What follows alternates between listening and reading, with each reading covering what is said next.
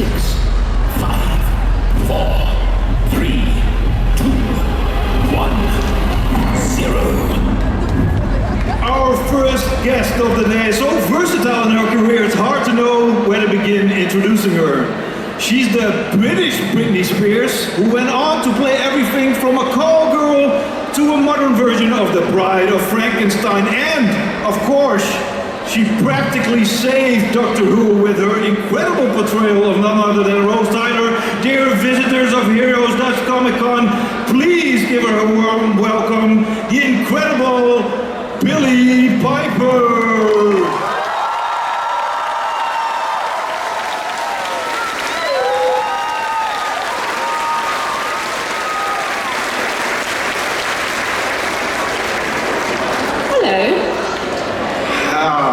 Billie, I went down a little rabbit hole yesterday.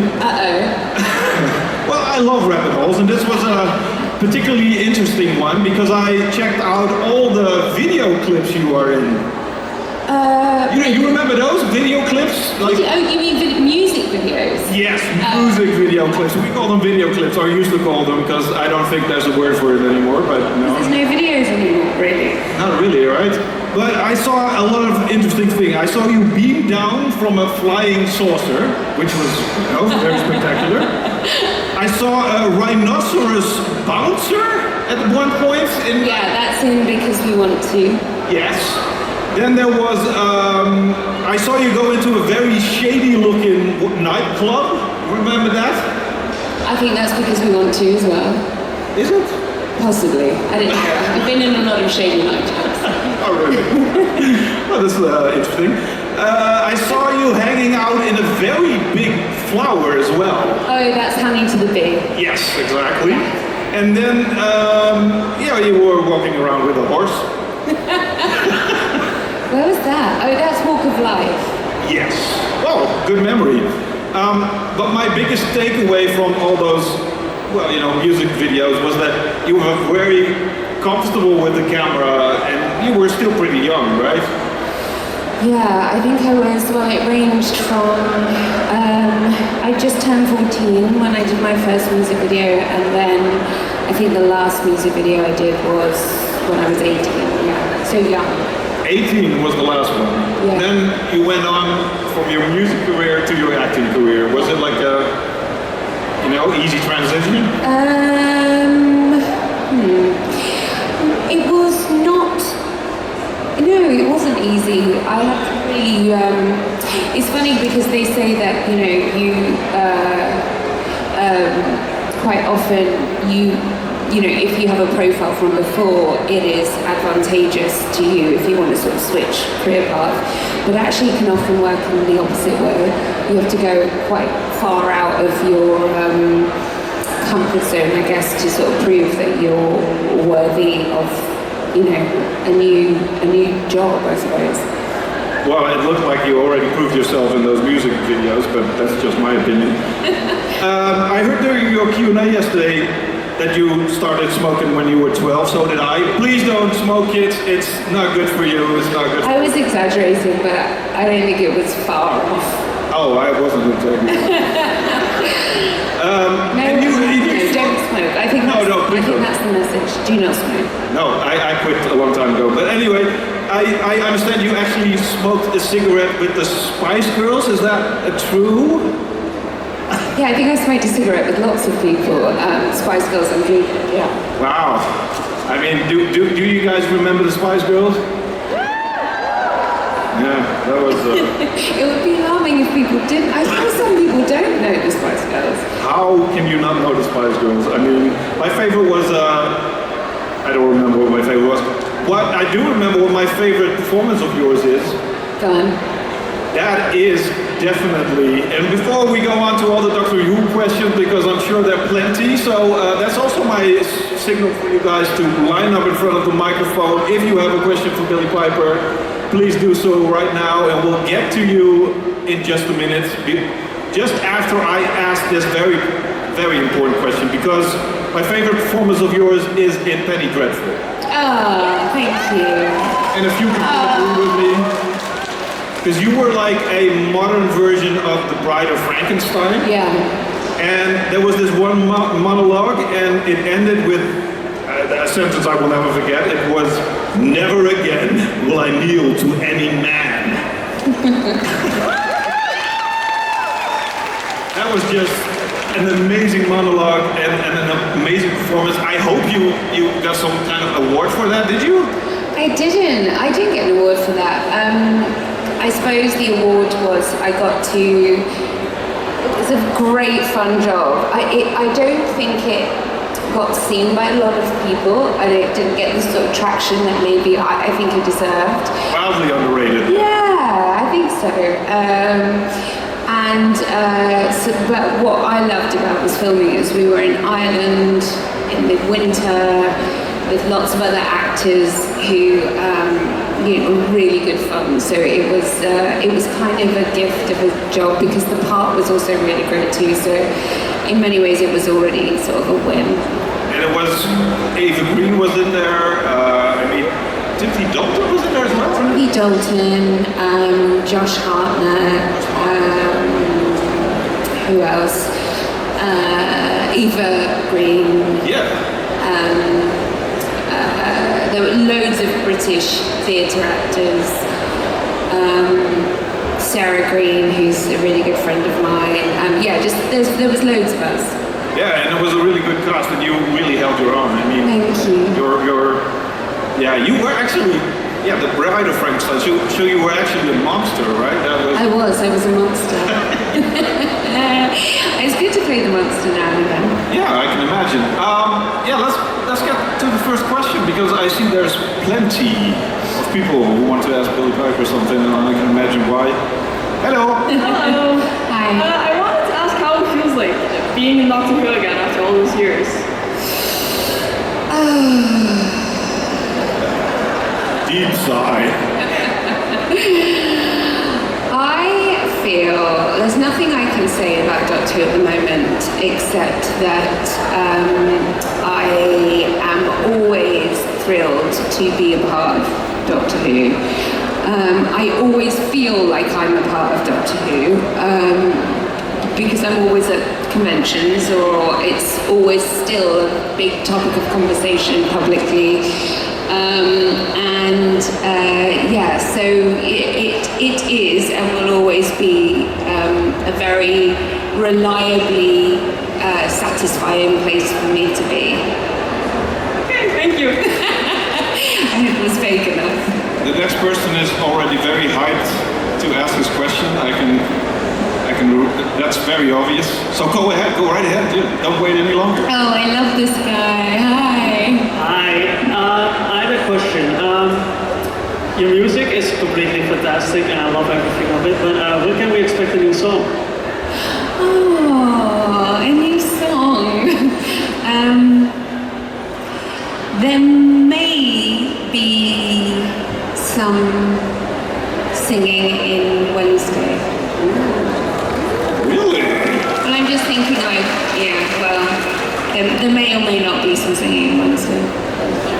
Is that a scoop? Are we having a scoop right now? I A scoop moment. That's good. Is that a good answer to you? Yeah? I agree with that. You'll be first in line to listen to it, I'm sure. Thanks so much. Hello. Hello. Hello. You, together with the Doctor, you fought so many iconic monsters, but I was wondering, not Rose, but you as a person, if it was a 1v1 against any monster, which one do you think you could defeat? In Doctor Who? Yeah. As Billie Piper. Yes. Well, I hear Daleks are pretty slow, right? Yeah, a Dalek came to my mind instantly, but then I thought, oh, that's not so fair on the fans who absolutely love Daleks. But yeah, I think I could personally run rings around them. But that is just down to speed. Tip him over.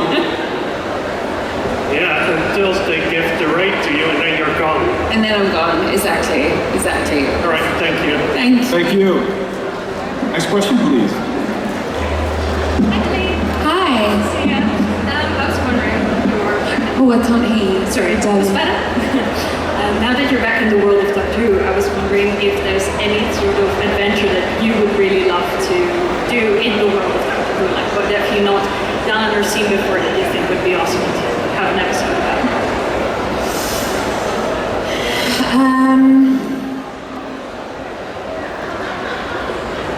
Oh, that's tricky. Oh God. Have you ridden a dinosaur yet on Doctor Who? Huh? Have you ridden a dinosaur yet on Doctor Who? Like, ride? No, but that would be great. Anything Jurassic would be great. Anything Jurassic, anything sort of jumping between historical events, I find really great as both Rose and Billie, because I have to learn about the story behind it. So the research of those opportunities are really satisfying and interesting. I think if I were Billie personally to go back if I had the gift of time travel, I would go probably back to my childhood and see things sort of from the outside, rewatch moments with my siblings or relive some of my core memories. Yeah, I'm quite sentimental.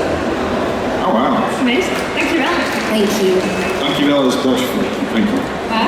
Dankjewel is Dutch for thank you. Oh, thank you. And hello is hello. Hello. My question is about movie making TV in general. When you look through time, it has gone through lots of transitions in technique.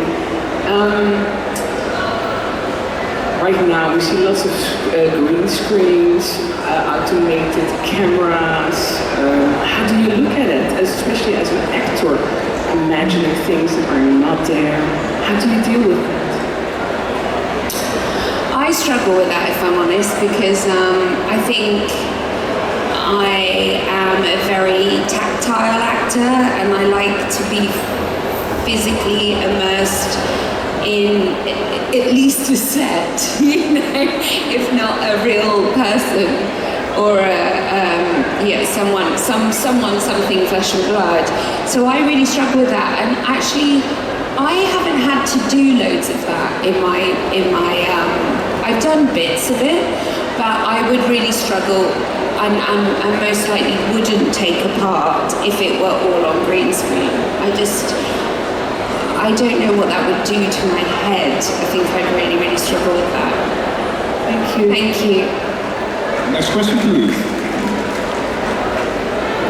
Hi, Billie. Hi, you look amazing. Thank you so much. You've of course voiced Rose Tyler the moment, and now you're back after Judy's department. You've said goodbye to Doctor Who 2 times, but now my question is, how emotional were those goodbyes, or did you already have a feeling like, yeah, I'm gonna be back? The most emotional goodbye for me was Doomsday. I mean, nothing really came close to that. I still get, if I ever see that scene on my Instagram, or if I see it somehow on the TV, or people remind me of it, I still feel very, very moved by it. I don't think I've ever been so upset about leaving a show in my life. Yeah. That was when you said goodbye to David Tennant, right? Yeah. I can imagine. Saying goodbye to David Tennant seems really Heartbreaking. Worth a big cry. Thank you. Thank you. Good question, by the way. The microphone is not scary. It's Not scary than it looks. Hi, Billie. Hello. I was wondering, what aspects of Rose do you see in yourself, and did you build upon your own character when first portraying her? I could relate a lot to Rose.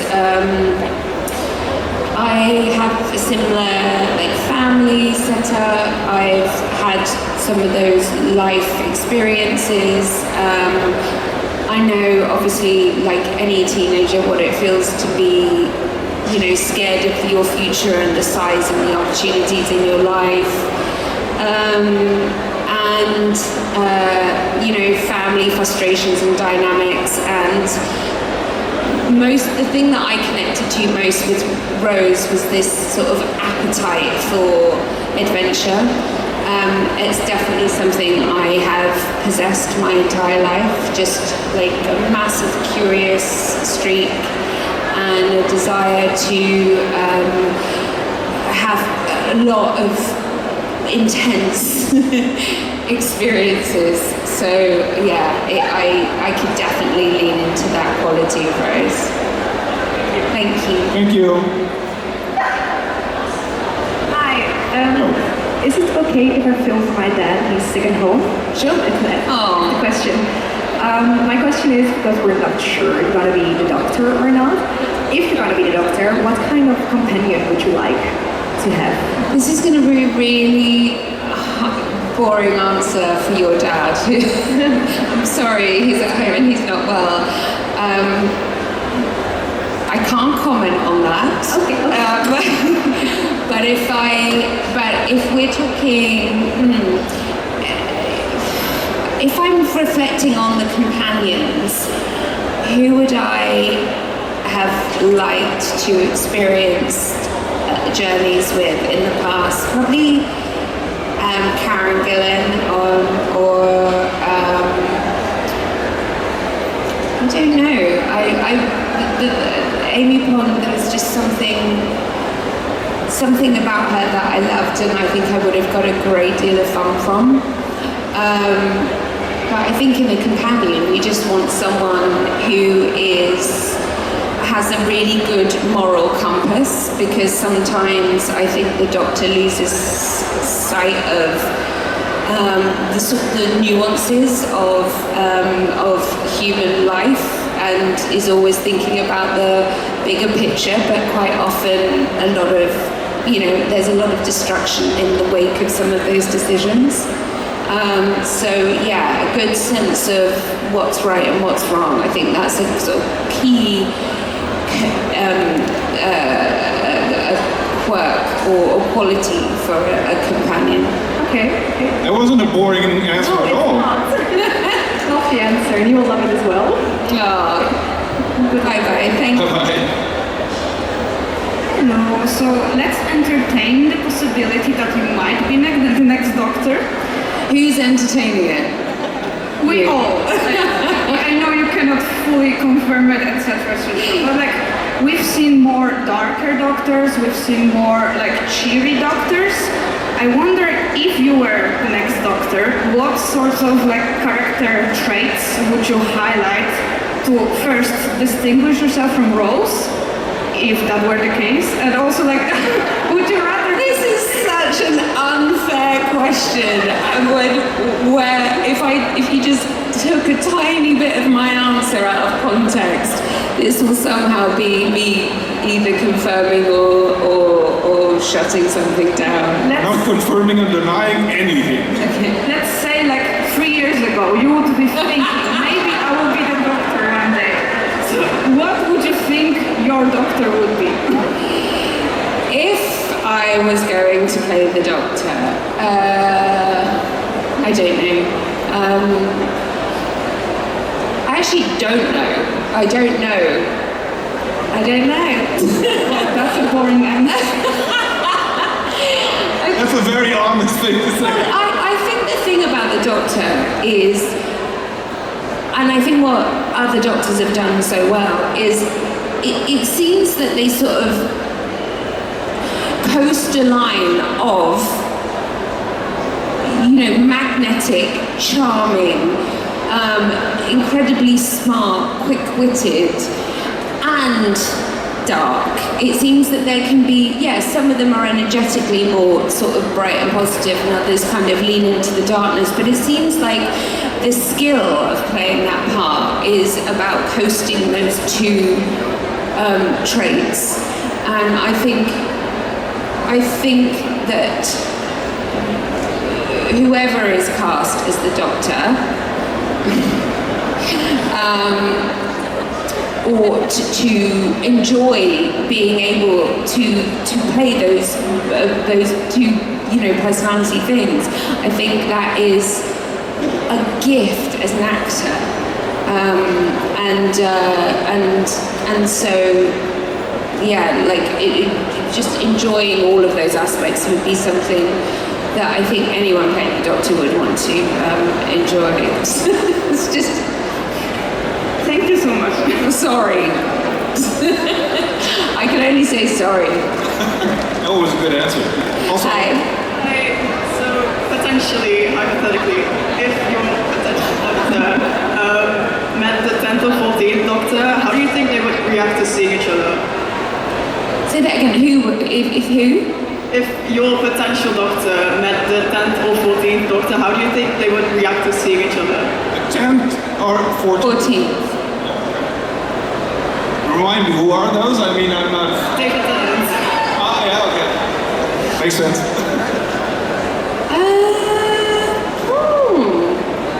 In a fantasy world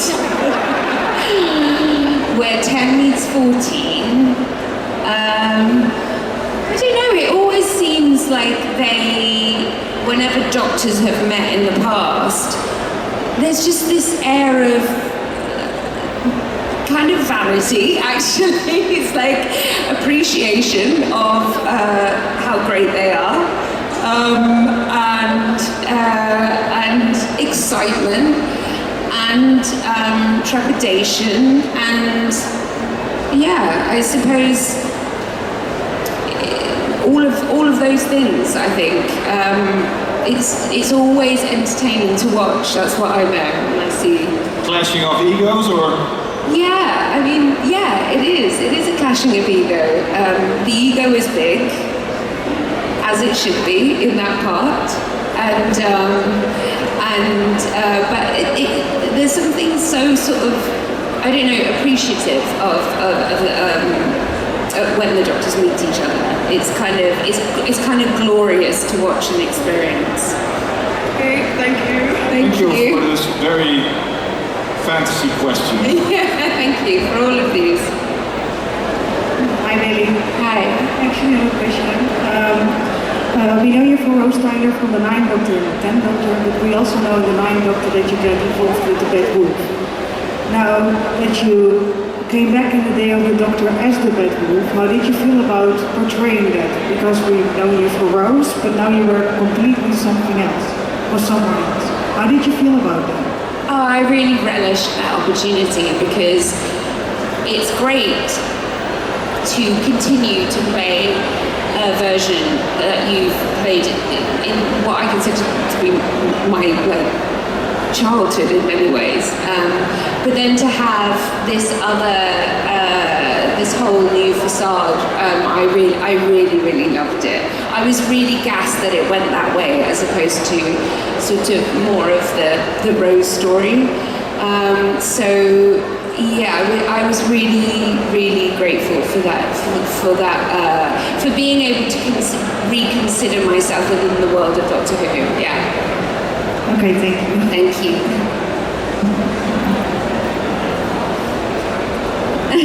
Hello. Hi. Yeah, great hair, great top, great everything. Well, speaking of clothing, of course, Rose's wardrobe is really iconic. Are there any of those pieces that you still have, or that you wish you had in your own wardrobe? No, I don't have any of those pieces, and I saw someone with the punky fish, a red kind of zip-up thing yesterday. Oh, she's sat here. She's wearing it. Is she wearing it? She's wearing it, I think. I was thinking yesterday, oh God, I wish I'd kept my one of that. I didn't get to keep anything, and now they're all in like museums or, in archives somewhere. All I have is a ring, well, one of the Slovene's rings. That feels quite precious to me. It's not a Rose character piece, but it's still pretty cool. Okay, thank you very much. Thank you. We all know about precious rings, of course. Thank you. But you're not too scared to take anything away from the set. I saw in an interview. No, I take things quite often. Yeah. You've got to, because I'll just say no. Hi. My question would be, the Rose Tyler talked with the Ninth and the 10th Doctor had like great chemistry. Which other incarnation of the Doctor do you think Rose Tyler would have like great chemistry with, or like which one of the Doctors would you like to travel with as Rose Tyler? Well, I had small moments with Matt Smith, but I guess it would be Matt or Jodie because. Well, Matt is one of my oldest friends, so and we've worked together a lot. It's always nice to have him. I would have liked more time with him as the Doctor and Rose, that particular dynamic. Just because I would have had fun being with my friend, and also his Doctor was so good. And then Jodie, I just find her so funny and such a joy to be around that for more personal, actually I would have liked to see Jodie's Doctor with Rose combined. I think that would have been really fascinating. But I think that my choices are mostly based on people that I like to be around. And I, as I get older, that becomes more of I just want to be around good, fun, kind people. Yeah, fair enough. I also think that like 13 and Rose would be like amazing to do. Yeah. Thank you so much. Thank you. Thank you. Yeah, of course. Applaud if you want to. Hello. Hi. I have a question. It's not about Doctor Who. Yay! Relief. You played Fanny in Mansfield Park and also the female monster in Penny Dreadfull. I really love those roles. Thank you. They're very literature related, so I was wondering if you have time, what is your favorite genre to read and do you have any favorite books? Okay.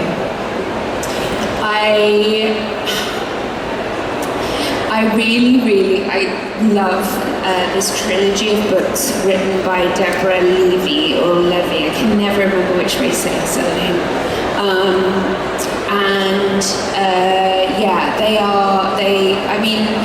What genre would that be?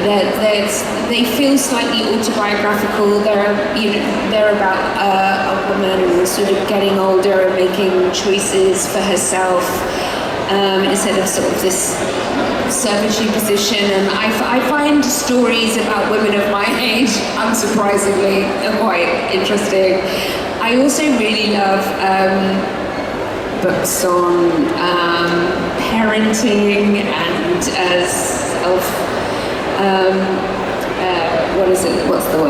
self-improvement, those sort of things, manuals for life.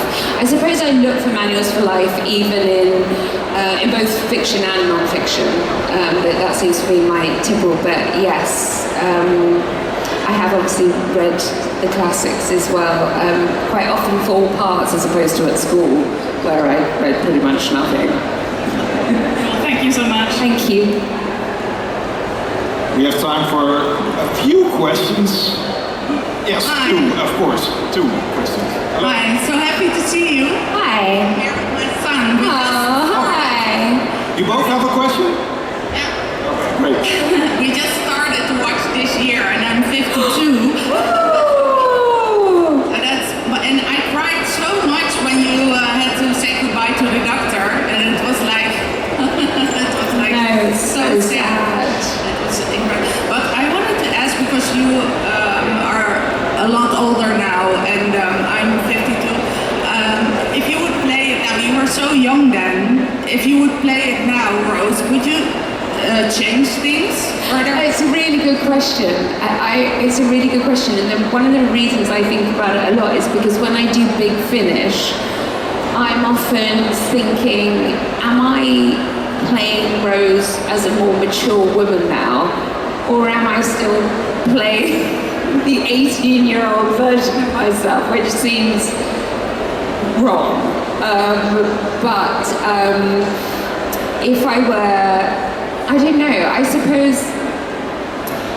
suppose you've got to take the wisdom and the sort of strengths and the fails of a woman transitioning from a young lady into an older woman, but still have some of the qualities of your former self.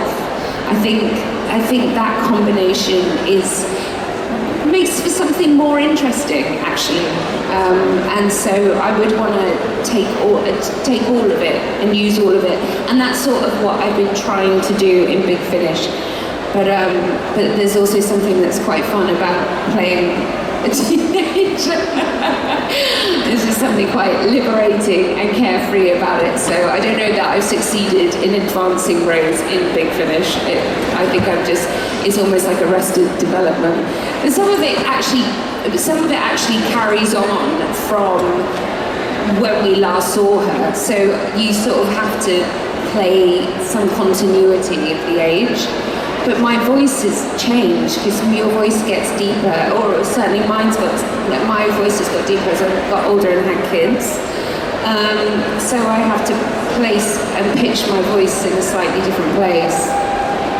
Yeah. But there's like a muscle memory from it. It's weird. Because I always think when I'm about to do Big Finish, I can't do this because I've completely forgotten how to play this part. And then you listen to like one clip of yourself as a young Rose, and it's just there. And often the minute I see Camille, I am just taken back into this childlike form, which I think we all are when we go home to our parents. We all revert back to this, petulant kid, don't we? And you were already very strong, and you were very young. So thank you. Thank you. Thanks, it's a great question. There's some great questions today.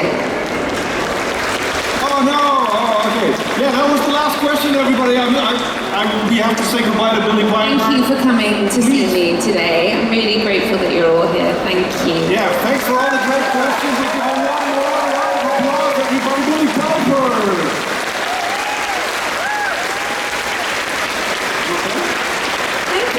Thank you.